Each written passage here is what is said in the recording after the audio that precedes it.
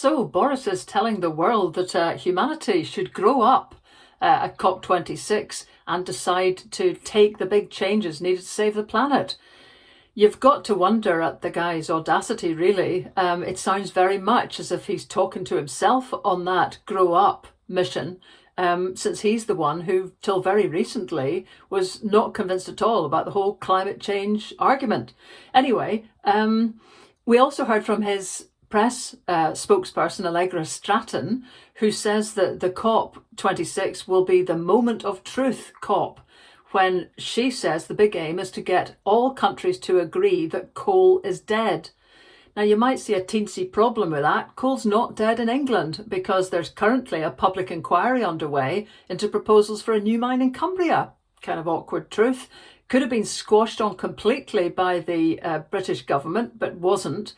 And it seems that the rationale for them trying to continue with this against legislation that should make it impossible to have new coal mines now is the expectation that the COP26 summit will fail completely, targets will just not be met, the hydrogen that could be the alternative for making steel will not materialise because everyone's so half-hearted, and to manage to have any steel at all, there will still need to be coking coal, and then begorra, there we are, the mine in Cumbria comes to the rescue.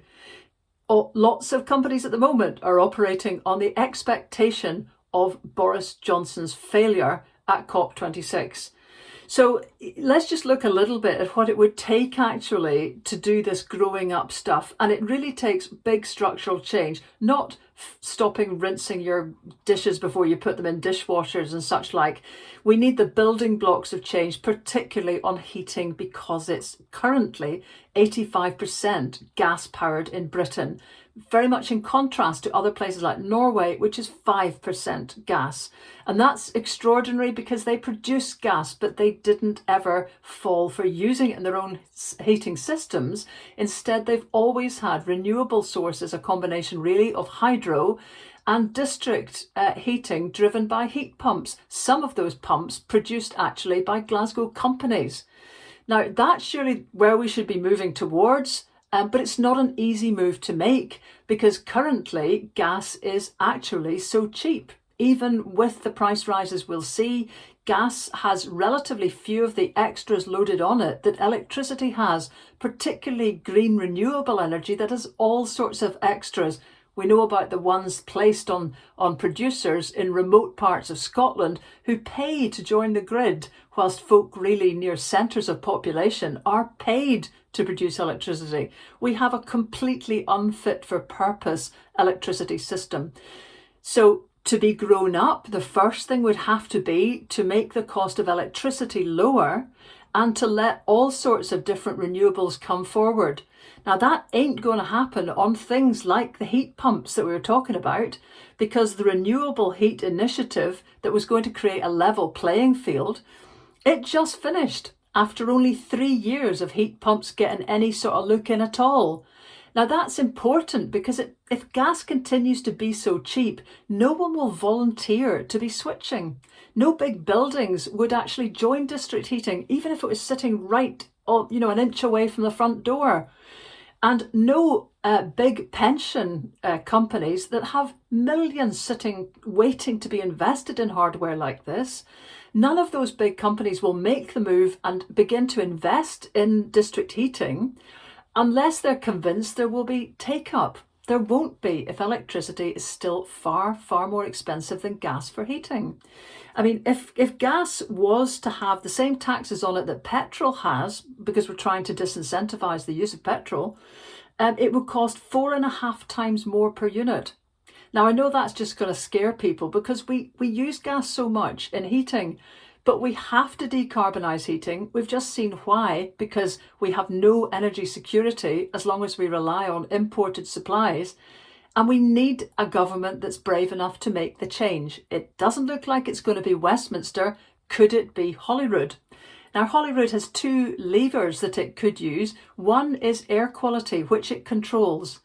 It could, for example, say that it's going to introduce a cap on the amount of nitrogen oxide that's allowed to be emitted by buildings. That's the horrible stuff that gives all kind of air pollution, diseases, asthma, and potentially in some cases deaths. So when nitrogen oxide is emitted from buildings, so is carbon dioxide. So by putting an absolute limit on how much can be emitted by a building, you create a demand for wanting to switch to a greener form of energy. Another thing, arguably, that could be used is a Scottish national energy company that could drive a lot of this. And it will need a big push because heating is completely controlled by the Scottish government. It will need something bold and brave like this because it needs a signal of 30 years intent before money is going to be invested in what's waiting ready to go. Now, this might all seem very complicated, above our pay grades, and indeed it is. Why should we be having to get our heads around this? Because that's what growing up involves. It's stopping having just the easy sound bites. It's beginning to realise that we need to make the wholesale changes that most northern countries did centuries back, with the result that because they've all had a system of district heating, they can update their technology so easy without disruption and without charges being levied on individual households. So, can we hope that the Scottish Government is going to take one of these moves to get the show on the road and get us off gas heating? It'll be a tall order because that question of pricing is beyond them. It's a reserve power in Westminster. But we must start, we must show willing, and this would be a tremendous example of what an independent Scotland can take further.